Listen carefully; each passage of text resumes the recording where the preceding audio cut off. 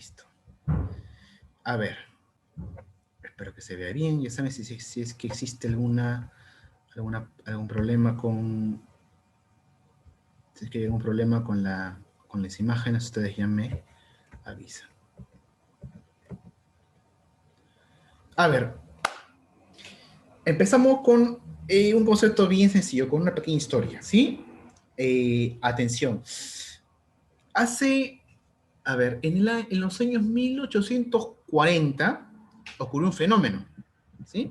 En el Perú. Si me pasan acá fenómenos, cosas extrañas, ¿no? ¿Qué pasó?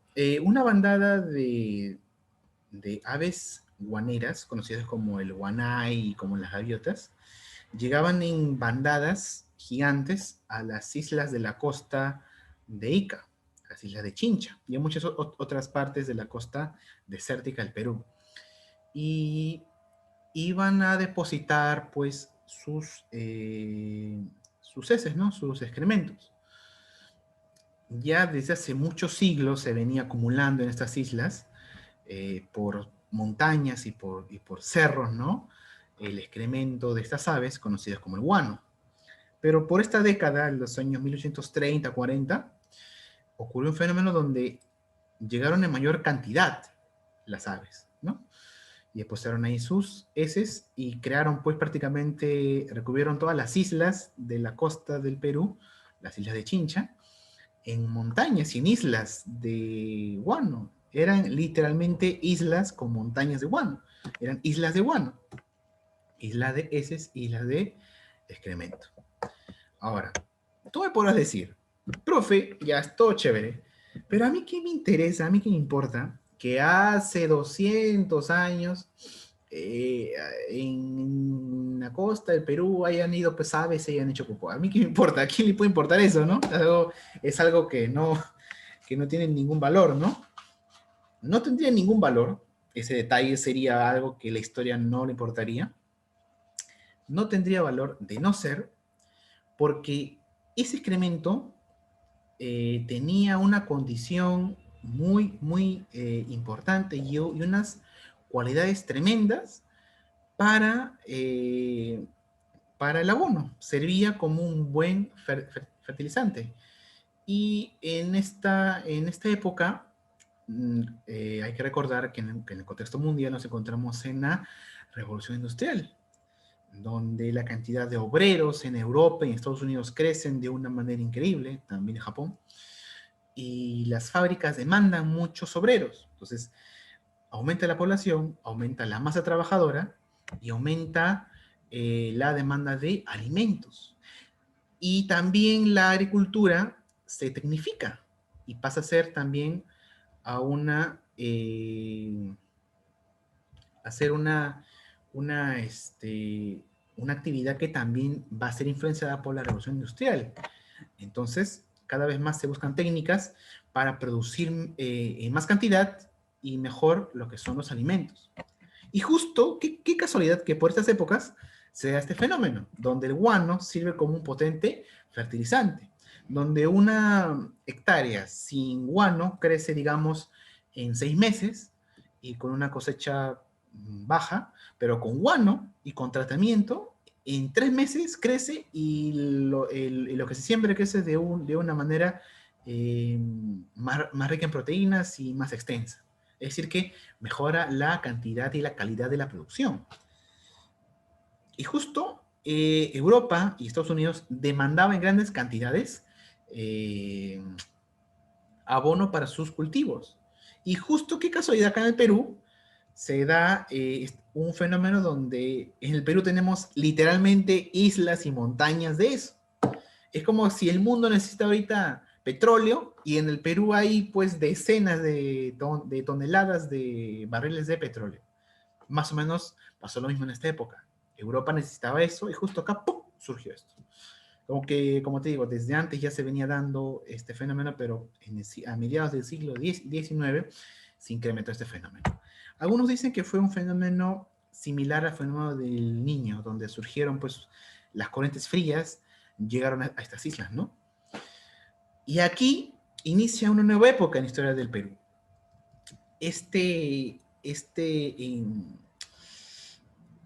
hallazgo por parte del guano va a cambiar no solamente la economía del Perú de ese momento, sino la historia total de Sudamérica, porque esto va a originar, estas heces van a originar que se formen grupos económicos de intereses de poder, se formen monopolios, los países importen y se endeuden, e incluso llega a existir una guerra por esto, la que es la guerra del Pacífico, entre Bolivia, Perú y Chile, que también va a marcar y va a cambiar la historia de Sudamérica para siempre. Todo por estas aves haciendo popó.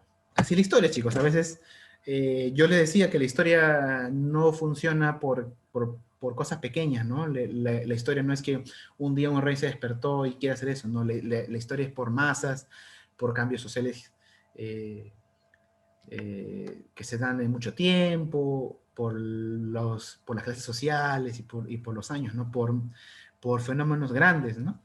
Pero en este caso, esto es una excepción, porque un hecho pequeño desencadenó que ocurran muchas cosas más importantes, ¿no? Es algo muy curioso. ¿Qué pasó? Vamos a ponernos en contexto. Nos encontramos en mediados del siglo XIX, los años 1830-40. ¿Qué pasaba en el Perú? Nos encontrábamos en el primer militarismo, luego llegamos a la Confederación, que duró muy poco. Llegó otra época de militarismo que ya después de Gamarra entramos en una anarquía, como lo vimos en la clase pasada, y ahora nos enmarcamos dentro de lo que se conoce como la época o la era del guano, ¿sí? Es tan importante este hallazgo en las islas guaneras, es tan importante este producto que es el guano, que le da que toda su época es una época histórica en la historia del Perú, la era del guano se le conoce, que va a durar desde el año 41 hasta el año 66. Algunos lo ponen hasta el año 79, donde inicia la guerra del Pacífico, pero está en debate también. Por el momento vamos a encuadrarlo dentro del año 41 al año 66, donde inicia la guerra contra España, que también me estaba olvidando. Este guano originó dos guerras, la guerra del Pacífico, con Perú, Bolivia y Chile, y antes, en gran medida también, o fue una de las causas, uno de los pretextos, para que España también le declare la guerra al Perú. España tuvo otra guerra con el Perú, ¿no? Eso a veces pasa desapercibido.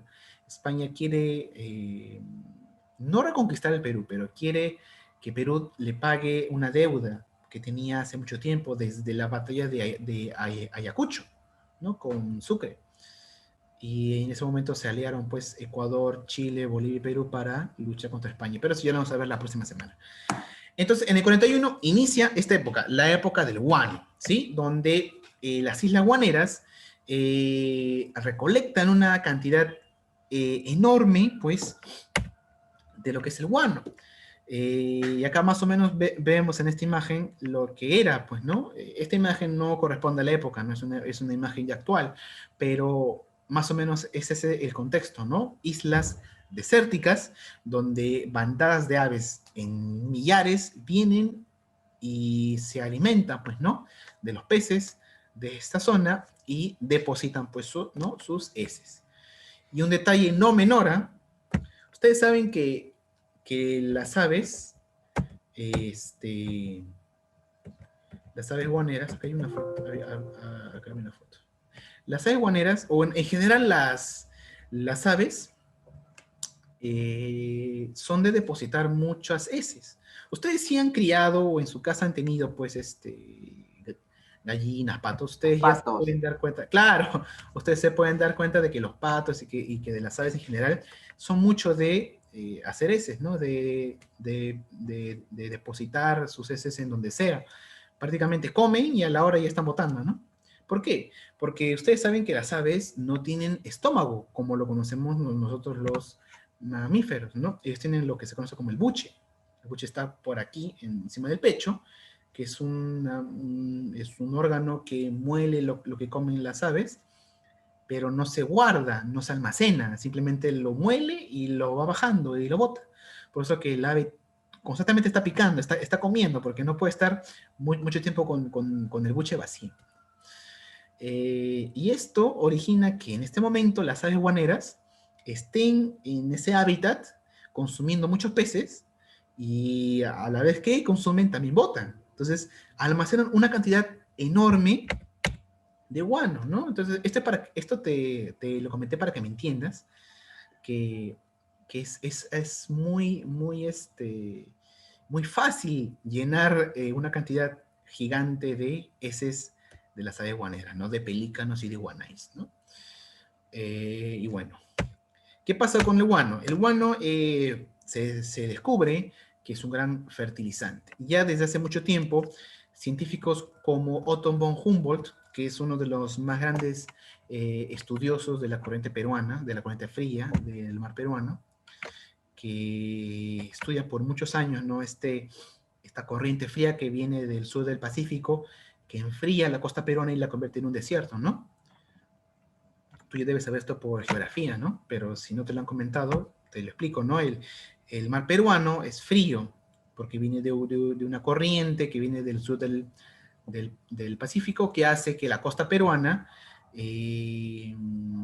esté aislada de los rayos del sol y también de las nubes que provienen del Pacífico. Esto hace de que la neblina que proviene del Pacífico cubra toda la costa, desde Piura hasta el sur de Chile, y lo convierte todo eso en un desierto. Todo eso, lo que es la costa peruana, se conoce como el desierto del Pacífico, ¿no? Y de Piura para arriba está la corriente del Niño, ¿no? Tú puedes ir por la carretera, la Panamericana Norte, pasas Piura, llegas a Talara, luego llegas a Máncora, ya ese es otro mar, es un mar ya prácticamente azul, y Tumbes ya prácticamente es como el Caribe, ¿no? Es algo así, ya es verde, porque llueve, y ya es el clima ya es más cálido. En teoría, toda la costa peruana debería ser así como Brasil, como el Caribe, selva y lluvia todo el día, como Venezuela, como Colombia, como Brasil, como Ecuador. Pero por esta corriente, esta bendita corriente fría del mar peruano, hace que llegue a las costas peruanas y haga como una cortina y tape los rayos del sol, las nubes, y no produzca lluvias, y toda la costa peruana sea un desierto. Es decir, que Lima está dentro de un desierto. Actualmente vivimos en un desierto. Mucha gente en el inicio de la pandemia, esto te lo cuento como anécdota, al inicio de la pandemia tuviste que, que, que la gente decía, como la gente no sale a las calles, no hay mucho tráfico, no hay muchos buses, Lima en un momento se descontaminó. Y mucha gente en su ignorancia, porque no conoce esto, decía, ah, ya, entonces Lima ahora va a volver a llover y va a volver a ser verde como era antes. Y hasta ignoraban que Lima tenía el cielo blanco o gris y era un desierto, porque pensaban que eso era por la contaminación, y eso es falso. Lima desde la época prehispánica, hace miles de años, es así. Lima es un desierto como el Cairo, como Dubái, como cualquier desierto que tú te imagines, por este fenómeno, no por la contaminación. Entonces, mucha gente ignoraba que Lima era un desierto, pensaba que Lima era un desierto o estaba sin vegetación por el descuido de la municipalidad y porque no había lluvia o estaba el cielo así plomo o gris por la contaminación, y eso es falso. Ese es el, el estado natural de Lima y de la costa peruana, ¿no? Un cielo gris y que no llueve. Ahora, esta corriente es bendita también, porque no te molestes con la corriente de Humboldt o la corriente peruana. Tú puedes decir, pero profe, a mí me hubiera gustado tener una costa como el Caribe, como Brasil, no todo verde, con lluvia y azul. Pero esta corriente origina que, Fauna marina. claro, que nuestro mar peruano sea uno de los mares ictiológicamente más ricos, es decir, en riqueza del mar. Para que te hagas una idea y ya se habla con este tema, en Cuba, en las Bahamas, en el Caribe, tú nunca te vas a comer un ceviche como en la costa del Perú. Imposible. Porque los peces del Caribe son distintos. Son de una piel un poco más dura, adaptada para el calor. En cambio aquí con anchoveta, con el jurel, con tantos peces que hay, la, la gastronomía se nutre de eso. Entonces, gracias a esta corriente también en gran parte el Perú puede presumir de que tiene una de las mejores gastronomías del mundo, ¿no? Por la cantidad de peces que hay en nuestro mar, ¿no? Y bueno, ese es un tema y ya lo vamos a hablar ya más adelante. Sobre todo en geografía se debe de tratar estos temas, ¿no? Pero a veces uno se olvida de detalles muy importantes. Entonces, como tú ya sabes esto, cuando seas mayor, cuando tengas oportunidad de opinar en redes sociales, ya no quedes en el total ridículo como la gente grande que opinaba esas cosas, ¿no? Pero bueno, ¿qué pasó con el guano? Ya lo hemos explicado. Entonces, esto generó que el Estado peruano se interese por exportar y vender este guano. Pero acá hay un detalle. El Estado peruano no se interesó en generar industria, no le interesó transformar ese guano, no le interesó hacer empresas y con el dinero del guano generar aquí mismo nuestra propia industria, sino se dedicó solamente a venderlo, nada más. Hay muchas fases de esta venta, ¿no? ¿Qué pasó acá? Hay muchas fases de esta venta. La primera etapa es ¿dónde está? Por arrendamiento, ¿de acuerdo? Aquí está. Por arrendamiento. Es decir, venía gente y era como que yo te diga, ¿no? Te alquilo estas islas del Guano. Es decir, que yo te pago un alquiler al Estado y yo voy con mi gente, lo pongo en Costa de Sil, lo vendo, ¿no? Ese fue el primer sistema de venta del guano. Y ese sistema fue muy desfavorable pues para la, para la economía del Perú. Es como que, imagínate que yo te pongo este siguiente ejemplo. En tu casa se descubre que debajo de tu jardín hay una cantidad inmensa de petróleo. Imagínate. Entonces, tú que eres dueño de ese petróleo, en el caso hipotético, ¿no? De que pase esto, aunque en la vida real sí es que tú encuentras petróleo y eso ya es parte del Estado, ¿no? Pero pongámonos en el ejemplo de que ese petróleo es tuyo, ¿ya? Ya. Y tú tomas una decisión. ¿Qué hago con eso? Lo vendo, ¿no? Porque es petróleo. Y tú haces lo siguiente. Viene alguien a tocarte la puerta y te dice, yo sé que tú en tu casa tienes el petróleo. Hagamos un trato. Yo te pago 10 soles por el alquiler y tú me dejas explotar ese petróleo. Y tú dices, ah, ya, plata es plata, ¿no? Pase, señor. Le deja pasar, el señor llega con sus trabajadores y llena 10 barriles de petróleo y te paga tus 10 soles. Ya, señor, y él te dice, muy bien, fue un placer hacer negocio contigo, y lo lleva y lo vende. ¿A cuánto crees que lo va a vender eso? Cada barril de petróleo estará pues $100. Te pregunto yo, ¿quién habrá ganado en ese negocio? Por supuesto, el señor que te dijo que le iba a alquilar, no el señor que es ajeno. Eso es el arrendamiento. El Estado peruano hizo ese contrato en un primer momento. Dejaba que gente viniera, pusiera plata en peones, en trabajadores, y el Estado le pagaba solamente un alquiler. Es decir, el Estado decía, ya, te pago el alquiler, tú haz lo que tú quieras y a mí me pagas un impuesto. El Estado se dio cuenta de que otros se hacían ricos con eso, porque te pagaba el Estado algo mísero, una propina, y ellos se lo vendían al mercado extranjero y se ganaban una gran cantidad de dinero. Eso fue el arrendamiento. El Estado se dio cuenta de eso y al año siguiente, eso solamente duró un año. Dijeron, ya, vamos a sacar este sistema y vamos a poner otro, que se conoció como la venta directa. Eso fue lo que más se favoreció al Estado, ¿no?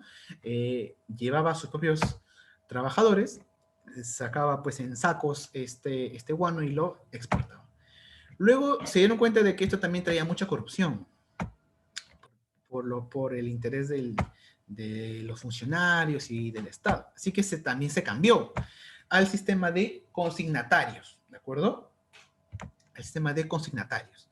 ¿Qué cosa es un consignatario? Es una especie de pacto público-privado. Es decir, que el Estado hace como una especie de concurso y llama a un empresario que ponga dinero, que invierta y que trabaje en alianza con el Estado.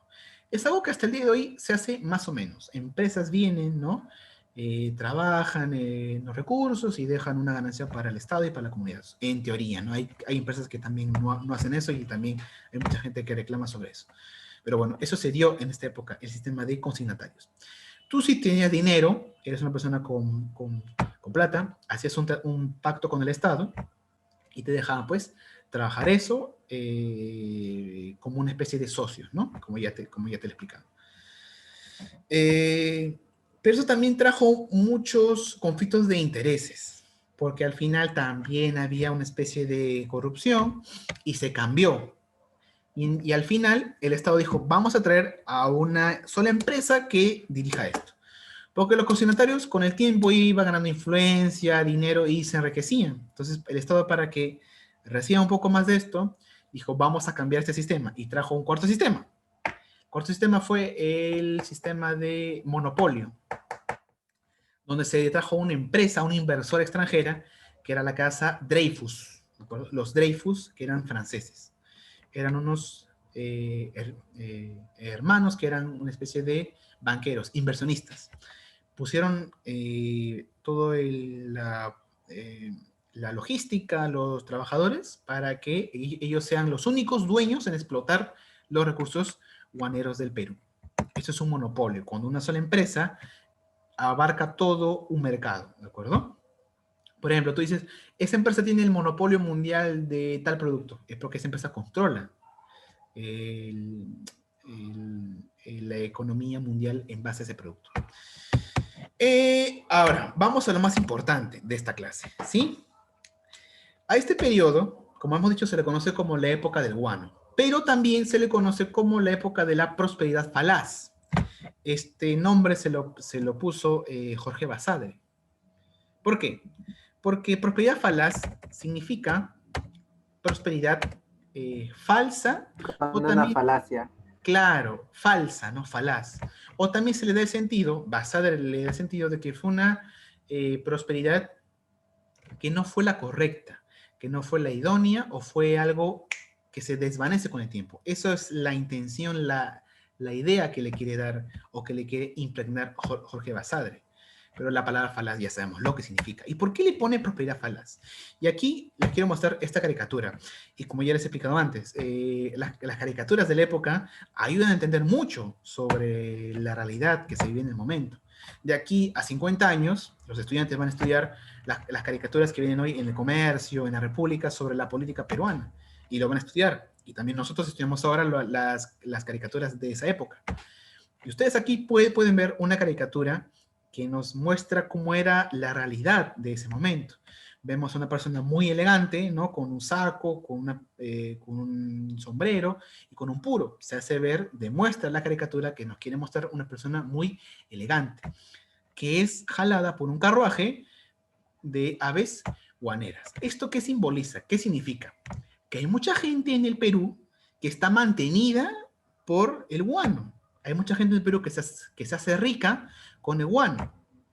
Entonces, de ahí viene el nombre de prosperidad falaz, que supuestamente debió traer muchos ingresos al Estado peruano. Ese dinero debió servir para que el Perú pase a un estado de desarrollo, ¿no? Que el Perú logre ya lo que se conoce como el desarrollo, pues, ¿no? Salir de la pobreza y llegar a ser un país estable, ¿no? Pero eso no ocurrió, fue falso, fue una prosperidad falsa, porque todo el dinero que se ganó en el guano se lo llevaron otros, o en muchos casos se malgastó, ¿de acuerdo? Y también porque duró muy poco este momento. Incluso lo más irónico es que al final el Perú se endeudó.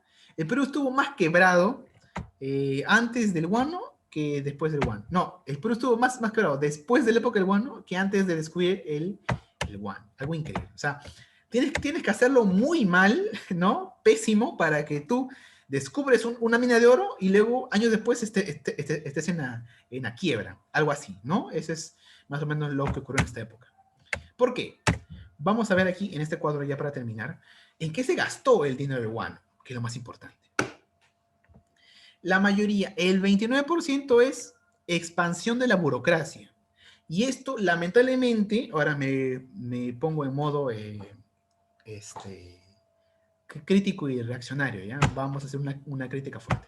Esto hasta el día de hoy se hace en el Estado, cosa que hay muchos grupos en la política que critican esto y en un futuro parece que se va a terminar. Ojalá. Pero actualmente hay muchos funcionarios públicos que su trabajo es algo mínimo, que son, por ejemplo, eh, secretarios o gente que solamente va como asesor y que recibe un sueldazo y al final su trabajo es algo mínimo que no ayuda a que ese sistema o esa oficina sea productiva. En este momento, la mayor parte de las ganancias del bono se fue para funcionarios, para gente que trabajaba pues en la oficina de reparto, en la oficina de Hacienda, y ahí se fue toda la plata. ¿Qué hacían ellos? Un trabajo simple, pero como el Estado da buenos sueldos, su sueldo se triplicó. Les daban bonos de ayuda, les daban bonos de recompensa, y prácticamente esos funcionarios se hicieron ricos. Pero fueron muy pocos, y al Estado no llegó mucho. Otro, otro, otro ámbito donde se fue, el dinero fue en la expansión de la fuerza militar. Castilla, que llegó luego en este periodo, que ya vamos a hablar de Castilla luego. Castilla invierte mucho en la mejora del ejército, ¿no? Compra barcos a vapor, ¿no? Acorazados, pero también entran en desuso y son mal administrados luego. Y en general, pues no, el dinero fue muy mal aprovechado. Y por eso que este periodo se conoce como prosperidad falaz. Luego llegó la guerra con España, que nos va a generar una fuerte crisis económica. Como ya te expliqué antes, toda guerra genera crisis. Ahora, un detalle que no quiero dejar pasar. ¿Qué pasaba en el mundo? En ese momento países se estaban industrializando. Alemania, Japón, ¿cierto? ¿Te recuerdas por la segunda revolución industrial? Entonces, este era el momento preciso, este era el momento donde tú dices, ya, este es, ¿no? Donde el Perú pudo haberse transformado en un país industrial.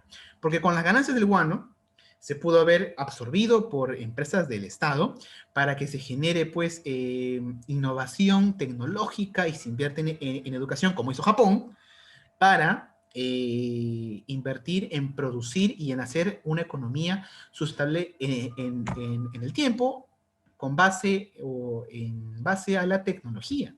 Si el Perú hubiese aprovechado este momento para hacer un fondo de inversión para la educación, para las universidades y para la tecnología, hoy en día Perú sería, pues no sé, la quinta economía mundial. Así de simple. Sería un país industrializado como Japón, como Alemania, por ejemplo.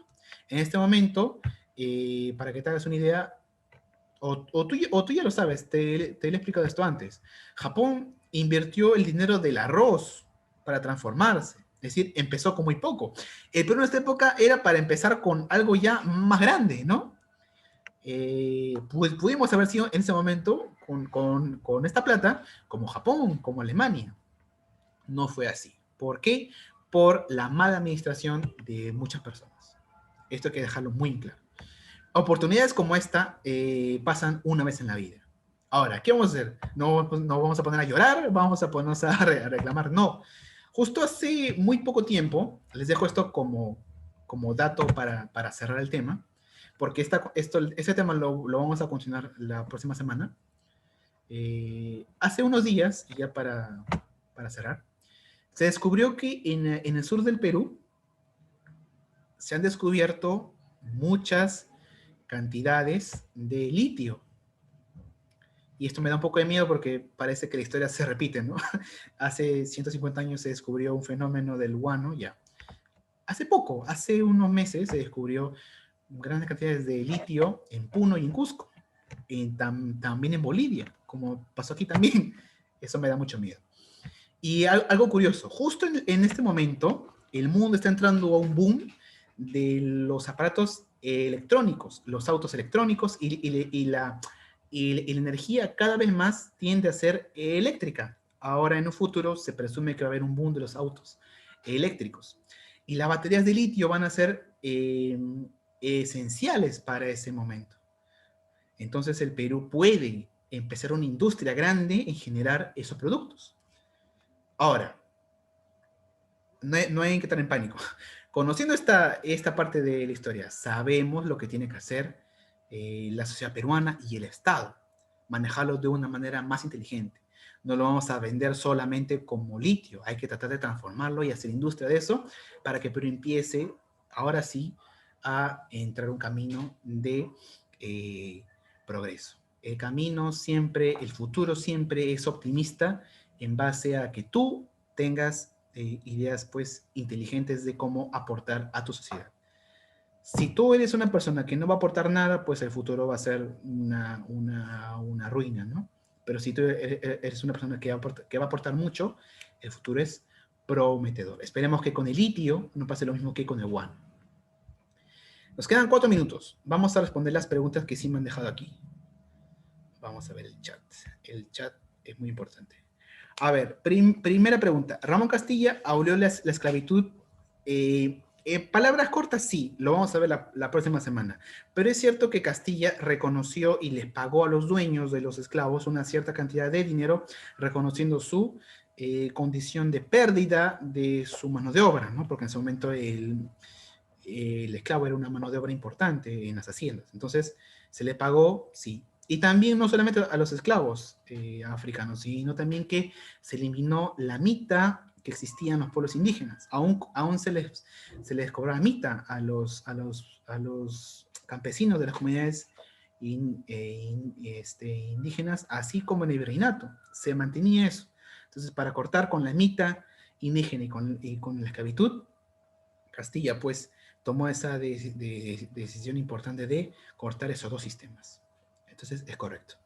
Muy bien, Gianfranco. Otra pregunta. También por el anticiclón del sur, que las nubes se transpasen en el de la costa. Claro, el anticiclón del sur es la contraparte del anticiclón del Caribe.